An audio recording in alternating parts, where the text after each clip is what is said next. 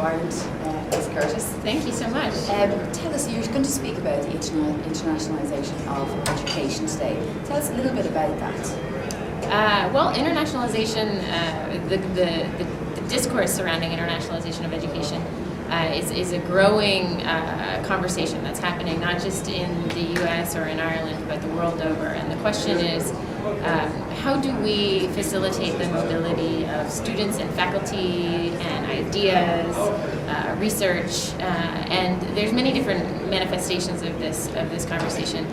In a practical sense, what we at the U.S. State Department do is fund a series of exchange programs. One of which is one that you have participated on, and many of the other folks who will be here today at this alumni event. One of them is the Fulbright, the IVLP, International Visitors and Leadership Program, and a whole host of other exchanges that we do. And so from the perspective of the State Department, our interest in the internationalization of education is really as a means of increasing mutual understanding between people of the United States and people of other countries. I think as you take that conversation to a broader space, you see countries and universities and private sector looking to increase the mobility of students and faculty and ideas for other reasons, whether that's because they see that there's just a general requirement these days for students to have a global perspective. Increasingly every facet of our lives takes on a global dimension, and in order to really understand that, you have to either get outside of your own, I think, bubble by bringing others into it, or you physically have to leave and cross borders. And what is your own assessment about how progressive that has been in Ireland, for example?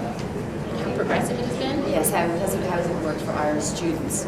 Well, we have a pretty robust exchange between the United States and Ireland. In any given year, we have roughly close to 2,000 Irish students coming to the U.S. for education, and we have nearly 7,000 American students coming to Ireland for education. So it's something that we've seen for very many years a real interest in exchange. I think a lot of that has to do with heritage. 10% of the American population can trace their bloodlines back to this country. But it also has to do with the tremendous quality of the Irish academic community, and I think for the Irish, the opportunity to come to the United States and experience what is frankly a very different higher education system, I think is very eye-opening. You're going to Cairo next, so that would be, I would imagine, one of the more difficult atmosphere to try to internationalise education. How do you work in an environment like that? Well, when we go to places like Cairo, right now we're really focused on all of the Arab Spring countries, Egypt, Tunisia, Libya.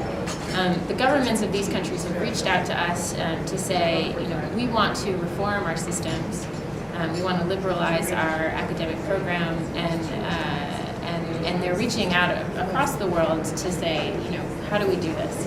And so what we're headed to Egypt to take part in a dialogue with the Egyptian government, with the Egyptian people, to get a better understanding of what we might bring to those countries and how we might facilitate a better exchange of ideas and people.